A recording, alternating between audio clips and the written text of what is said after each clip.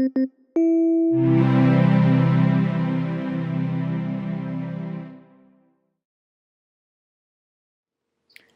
everybody. I hope you are all having a fantastic week. Here over in Winston-Salem, the weather is cold and drizzly, and it seems as though it may never stop raining. So I hope that wherever you are staying warm and dry today and can cozy up with a cup of tea as we dive into today's episode. Today, I'll be interviewing young girls about growing up with and around a military background and lifestyle. This topic is, in my opinion, quite fascinating because it is something not often discussed, yet it is a huge part of the lives of many of our military service members' families. So, let's get into it. My name is Grace Chambers, and I'm 18 years old, and I'm a student at UNCSA School of Filmmaking. I am Hope. I am 11 years old. I am a 6th grade student. Hi, my name is Ashley Brown. I live in DuPont, Washington, and I have lived here for 13 years. My name is Brayden. I'm 16 and I am in 11th grade. Hi, my name is Jasmine. I am 16 years old. My name is Sasha. I'm 14 years old. I've lived 6 months here in Severn, Maryland, and I am an 8th grade student. So, my dad's been in the Navy since I was an infant. He wasn't there when I was born because he was on the submarines. And then my mom was also in the Navy, but as a nurse. She retired, though, from the Navy when I was around, 4. So she could be at home with my brother and I. Because my dad was working on submarines, and so he'd be gone for 6 months at a time until we got to see him again and stuff, so she needed to be there for us. My father joined the military when I was 5 years old, and from then we've been very busy, always having somewhere to go or something to do. Since then, I've lived in 5 places: New Jersey, Georgia, Germany, Italy, and now here. In each place, we've been there about 3 years. So I was first born in New York, then we moved to Kansas and we lived there for about a year. After that, we moved to Colorado and lived there for about 4 years.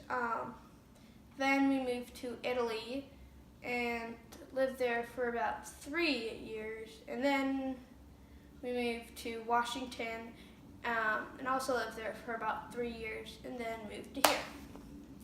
So, describing my background, I have a unique military background because, unlike my friends, my parents were in the reserves. So we didn't have to move around a lot of places, but we do live in DuPont, which is a very predominantly military community.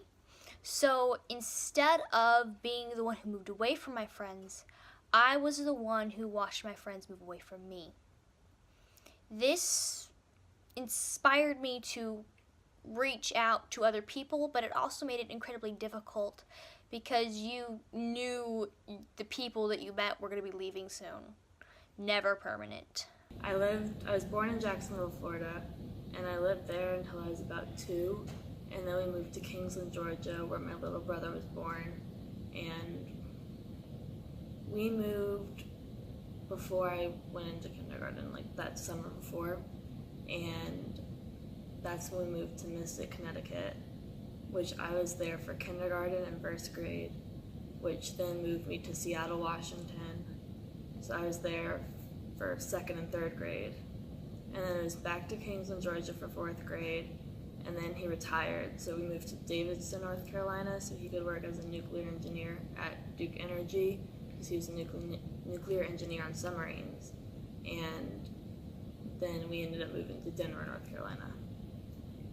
Yes, many times I have felt very lonely and being the kind of odd one out, being the only person who doesn't know everybody and someone who's not familiar with their surroundings, and so, yeah. Probably just uprooting and moving our life every couple of years and then having to restart and make new friends. I think when we first moved here may be the first time I've felt pretty alone, just because now I'm in high school and moving to a new place and not having anyone to talk to, not really knowing anyone, can be pretty difficult. I wouldn't say lonely is the right word for the result for my lifestyle. I would say it's not isolated either. It's unique, and I wouldn't ever change it. Granted, it has its ups and downs, but I'm thankful for this experience because it enables me to relate to a lot of other people I wouldn't have been able to relate with otherwise. I was very shy as a child, so it was really rough moving and going to new schools all the time. But I usually made friends decently quickly. My brother definitely a lot faster than I was. So that really had an effect on me because it's something I'm used to, but I also hate doing it. And then having to move away from that when you just made friends and now you've been together for like 2 years, so you have a good friendship. You have to move away from that and start all over with another person you're going to meet for 2 years and then have to move away from again. So that kind of always just hurt. The best part is definitely the traveling. I love to travel, so going around the world to all these different places is really cool. Meeting new people, because then you just have double the amount of friends. And I think that just because I've moved around so much, and so I know how relationships build and the different kinds of people. I've lived in a bunch of different areas, so not only different on the sides of the world, but in culture. And so you really just get a vibe for almost everything happening. And I've gotten to travel, so I've seen a lot, and I know what things look like, and I feel like it gives me a more like realistic perception of the world. One thing I wish that civilians knew about military people was it's really hard to say where you're coming from, because I could say I came from Washington, where I was last, Colorado, where I spent my most time, or New York, where I was born, and those are three completely different answers, but they're all correct. So it's pretty hard to say where I come from when people ask. Well, I think civilians should probably know that being in the military can have its benefits. It can be really fun, really awesome, but it can also be pretty busy. It's a very busy life, always moving around, always doing something, so you definitely need to be able to handle a lot of pressure. And also that just being able to go to new places and make new connections can be really great. I wish civilians knew how hard it is to make friends, because a lot of times it's kind of, I don't know, I feel like I have to put myself in other people's circles, and people are very outgoing and they don't understand what it's like to have to like move and have no friends at all, know nobody, and have to like restart. So I guess maybe the awareness that it's not easy for anybody, and for people maybe to be a little bit more outgoing. I don't know, it's something that I don't really think people think about is the effect it has on kids.